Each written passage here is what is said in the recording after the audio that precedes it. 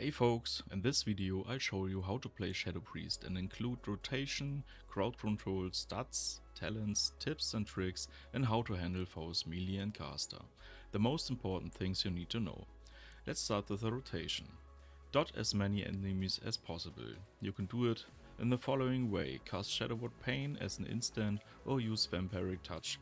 These two dots are key, apply both. You can also use Shadow Crush, an AoE spell that applies both dots. Next is hit my BurstMacro. It includes all big CDs in a cast sequence and applies power infusion on teammates. Then cast Halo. This ensures that every time an enemy is hit, Mind Flay gains a charge. Follow up with Devouring Plague for more damage, and channel Void Torrent depending on the situation. Then consume your charges while alternating with Devouring Plague whenever you have procs. Also use Mind Blast if it procs. That's pretty much it.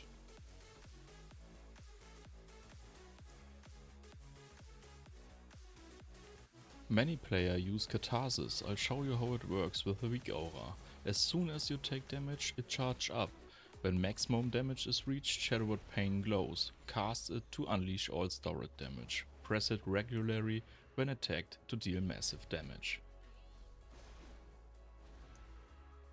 When you get locked on Shadow, you can cast Dispel Magic to generate madness or use a heal spell. You can do both. If you get targeted, the pillar is your friend. Stay close to it and use Void Tendrils. These roots everything around you, include pets. With Psychic Horror you can stun enemies, and Psychic Scream for all nearby players and pets. Angelic Feather speeds you up. Perfect for kiting. So the best scenario is this. You dot everything up and your position is near the enemy healer. Then CC them with Silence, Psychic Horror and Psychic Scream. That builds insane pressure. If follow-up CC from teammates comes in, that should be enough to force many defense CDs or even secure the win. Another important tip is you can use your Fate to escape CC or effects like Spear or Static Totem. Did you know you can use Massdispell to remove cyclones from teammates? Not just bubble, it also remove clones. And if your teammate is stunned, you can pull them with Leap of Fate so they don't land the Hunter Freezing Trap. For stats and gear it's simple. I go full haste and have around 41% of it in PvP. So basically every item has haste, and I also play Foresight bonus. That's pretty much all there's nothing to say. As our hero talent we play Archon, which gives us useful buffs to increase our damage. In the tree we go down the right side for big Void Torrent that gives us strong single target burst and even one shot potential. The left tree is only adjusted slightly depending on what we are facing, adding a bit more defense and CC against melee or range. Mind Control is also a good option if you can manage to get the cast off. Void Tendrils are an excellent tool against melee and creates distance. You can see it here. DK and Warrior are sticking to me, I use the spell and they instantly back off. That gives me room to cast and build some pressure, as you can see in my DPS. For PvP talents, you swap depending on what you're facing. Phase Shift and Katarsis basically always stay in.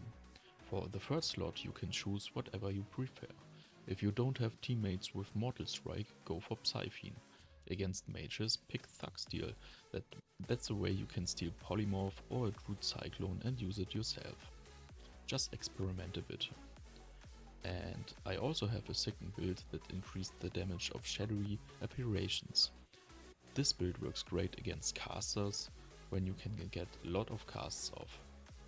Both builds are linked in the video description. With this build and playstyle, it only took me a few games to reach 2100 rating, and this spec generally feels really fun to play.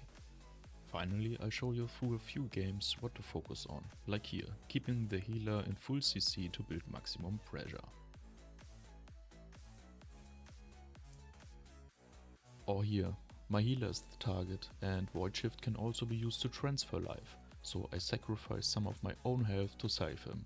Then I use Vampiric Embrace to support them with healing through damage. A strong cooldown that often underestimated.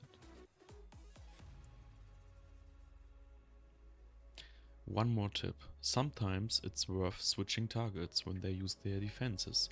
In this scenario, the Demon Hunter pops his defense cooldown and the healer is half life, so I decided to kill the healer. Here I show you why mind control can be very powerful. The rogue is super low but just won't die. I mind control the healer, my damage keeps ticking and my teammates secure the win for us. Now we are in a full melee lobby, lots of people struggle there, but I show you how I managed to top DPS. Using my tips and smart positioning. I start near the pillar and start with Psychic Scream to create some space. Then I try to dot everything up. I'm targeting the hunter here because he's weak to magic damage and he already used several defenses.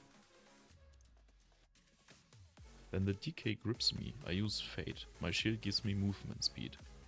My healer gets CC'd, forcing Dispersion to survive. The DK silence extended it so I create some distance. And I still land the silence on the healer. I use Shadow Crash to reply my dots.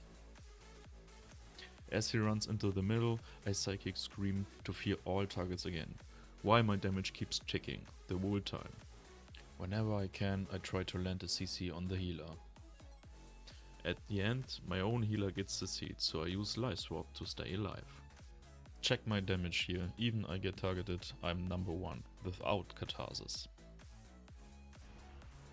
So in this match we are in a full caster lobby. Here's all about who does the most damage and lands the best CC. I play very aggressive and keep running in over and over for CC. The enemy healer can't heal all the pressure. By dampening at the latest you see how good their healer really is. With our PvP talent Psyfiend, we also get a short heal debuff on the enemy, which hits super hard in dampening. Combined with the Warlock, opponents die almost at the same time.